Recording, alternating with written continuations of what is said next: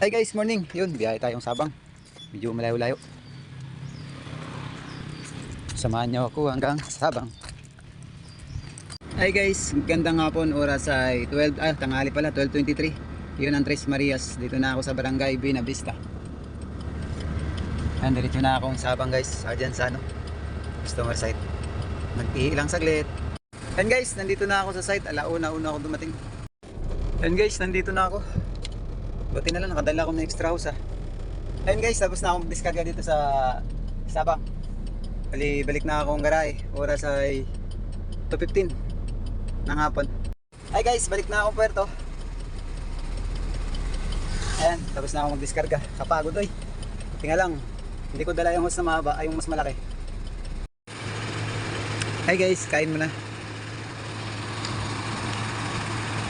Alas 3:14, tanghalian ko. Di pa tanghalian. Hi Chong.